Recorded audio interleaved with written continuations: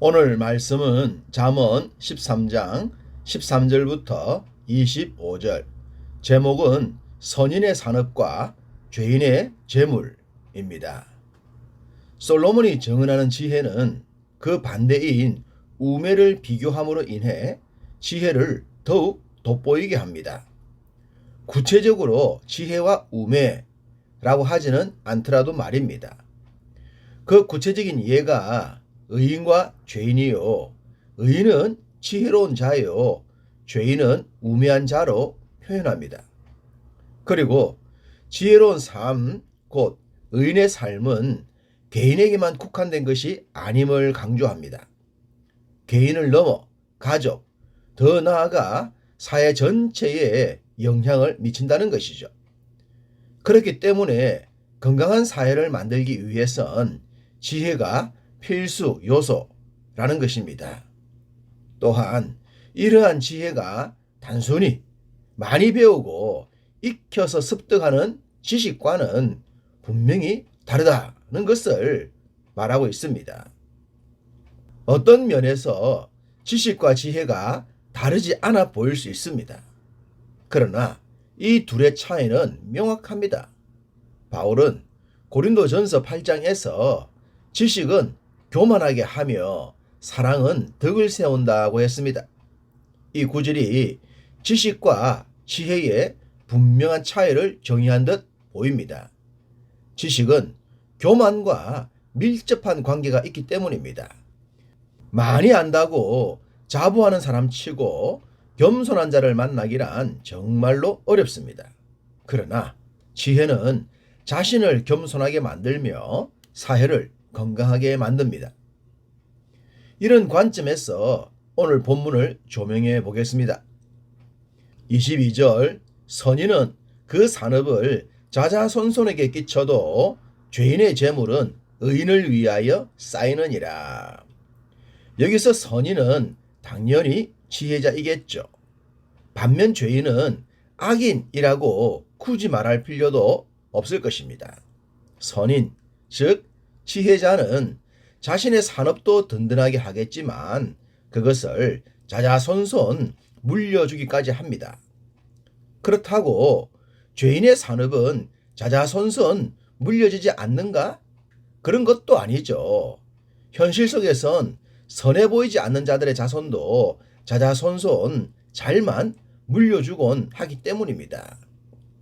그러나 분명한 것이 있습니다. 악한 방법으로 축적된 재물은 반드시 탈이 나게 되어 있다는 겁니다.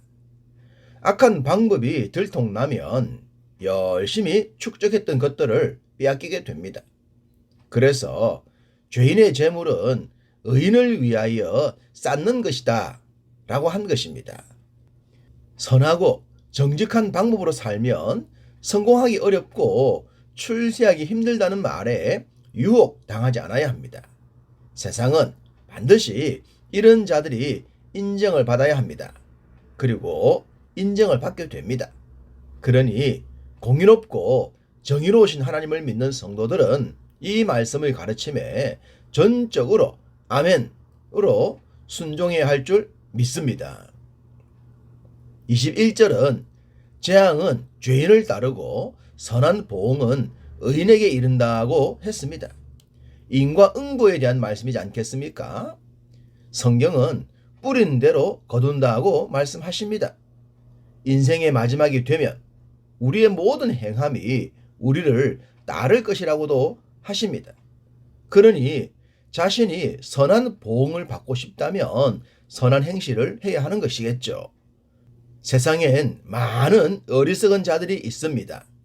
그들은 자신들이 행하는 불법적인 일들이 드러나지 않을 것이라는 확신을 갖고 있습니다. 요즘 대장동 돈 결의자들에 대한 뉴스가 연일 나오지 않습니까? 아직 법적인 판결이 나지 않았지만 쏟아지는 제보들을 보면서 당시 그들은 이런 날들이 올 것이라고는 상상도 하지 않았을 것 같습니다. 형제라고 했던 자들이 서로를 고발하고 있으니 말입니다. 이런 것이 죄인의 모습이요 우매자의 삶이며 재앙이 죄인들을 따른다는 말씀의 성취입니다. 14절 지혜 있는 자의 교훈은 생명의 샘이니 사망의 그물에서 벗어나게 하느니라. 생명이냐 사망이냐, 그것은 비슷한 것도 아니고 비교할 것도 아닙니다.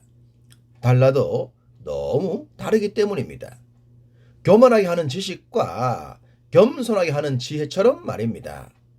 여기서 지혜 있는 자의 교훈이라고 했는데 누구의 교훈일까요?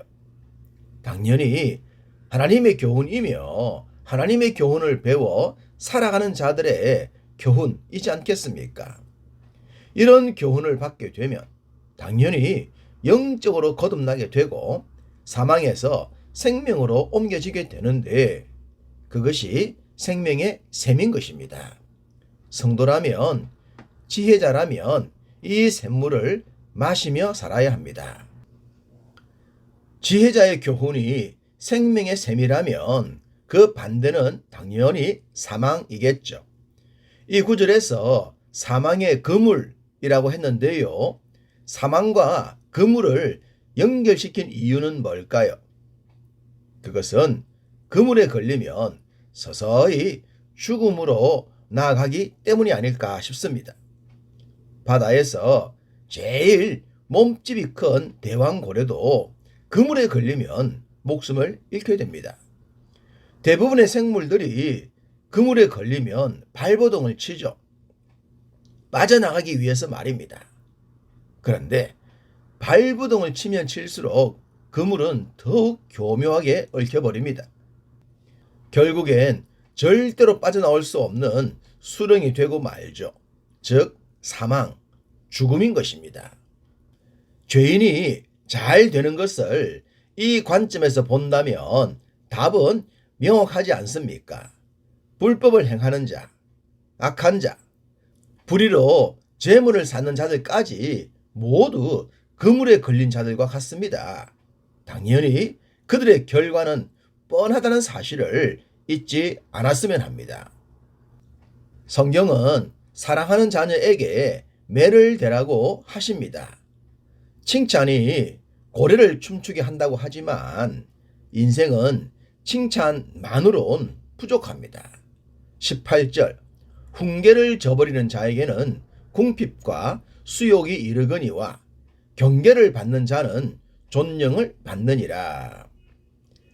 지혜로운 삶을 살기 위해선 훈계와 경계가 필요합니다. 인생은 근본이 죄인입니다. 그렇기에 훈계와 경계를 하지 않으면 죄가 장성하여 사망에 이르고 마는 것입니다. 이 구절엔 훈계와 경계로 인해 나타나는 존령과 이것을 무시하는 자에게 나타나는 궁핍과 수욕이 있다고 합니다. 어떤 인생도 궁핍하고 수욕에 빠지는 삶을 원하지 않습니다. 누구라도 존령받고 싶지 않겠습니까? 그렇다면 지혜자의 삶을 살아야 하며 정직하고 공의로우며 겸손한 삶을 살아야 합니다. 이런 삶은 하나님의 말씀을 믿고 따를 때에 가능합니다.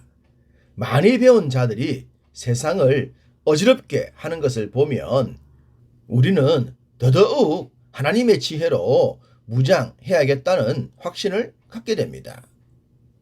우리의 삶을 풍요롭고 윤택하게 만들며 우리가 살아가는 사회를 더욱 건강하게 만들기 위해 우리는 이런 삶을 살아야 합니다. 20절 지혜로운 자와 동행하면 지혜를 얻고 미련한 자와 사귀면 해를 받느니라. 지혜로운 자가 되어야 하며 또한 지혜로운 자와 동행해야 합니다. 성경에 나오는 제자들이 지혜자를 따랐을 때에 자신들도 지혜자가 되지 않았습니까?